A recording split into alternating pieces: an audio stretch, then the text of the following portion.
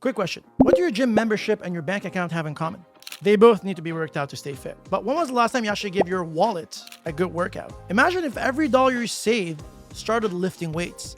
How buff would your bank account look? If you're ready to bulk up those financial muscles and not just your biceps, you've hit the jackpot with today's video. Hey guys, welcome back to the channel. If you're new here, my name is Ali, and on this channel, we share experiences on the way to financial freedom, whether it's good or bad, sharing nothing but raw experiences. So if you don't want to miss out, make sure to subscribe and join us.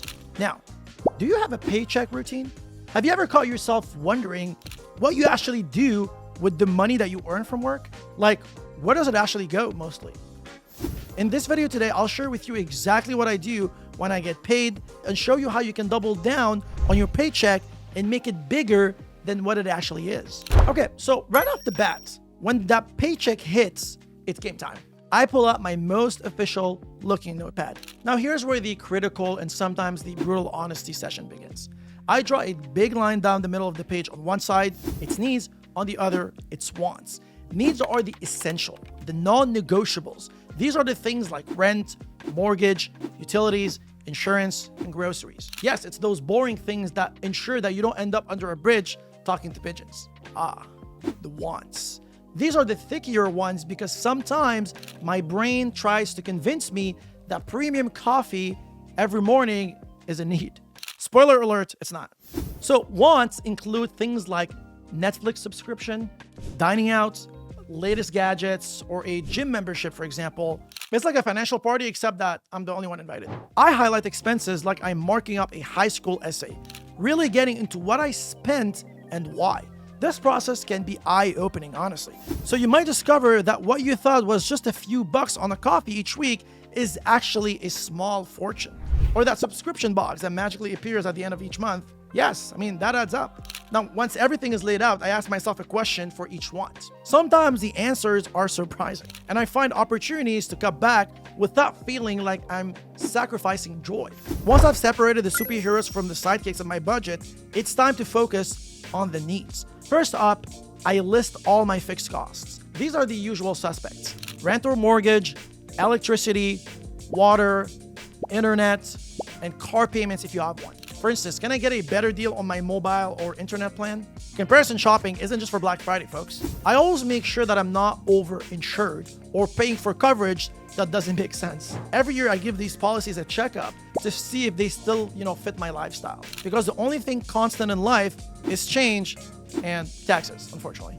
Oh, and meal planning, it's not just for those fitness influencers on Instagram and keep you from opting for pricey takeout when you're too tired to think.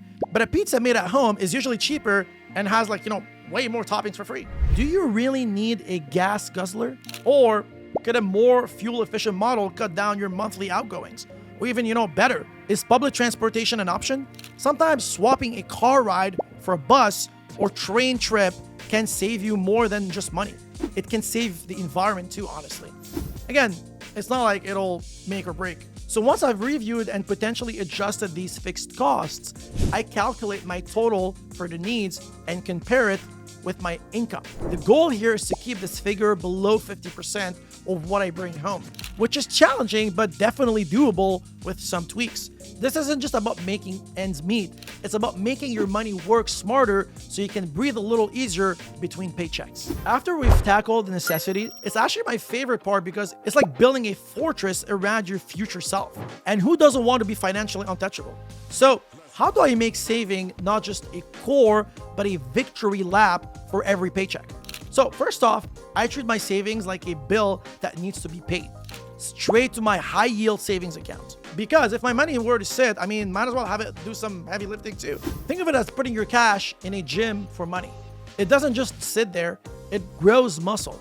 Well, in this case, interest, but you get the point. I set up an automatic transfer for 20% of my income the moment my paycheck clears. This way, I don't have to think about it, and I'm not tempted to spend what I can't actually see. It's building a buffer for life's unpredictable bumps and opportunities. You want to jet off to a tropical paradise next year, or maybe even eyeing a new laptop? That savings account is your golden ticket to doing so without the stress of financial strain. Now, next up on our party is tackling debt with what I call the debt avalanche. Sounds like a snowboarding trick, right?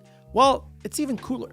First, This method involves prioritizing debts with the highest interest rates first because let's face it, interest is like that annoying friend who eats all your snacks without asking. Totally unnecessary and expensive. Now here's how it works. I list all my debts from the highest to the lowest interest rate.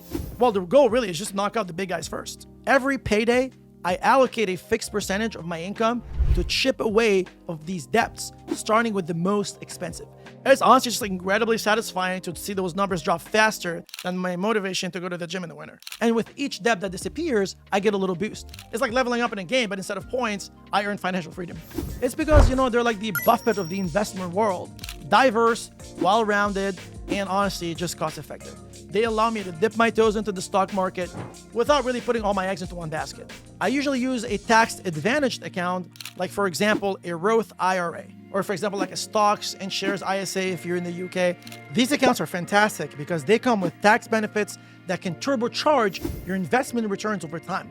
Well, think of it as a financial growth hormone for your money, but legally, of course. So this way, I'm not just saving money, I'm growing it, which is crucial for long-term financial health and achieving those big dreams while retiring, while I still have enough energy to travel the world, for example. All right, guys, if you enjoyed this video or found it helpful, smash that like button and subscribe for more money tips like that.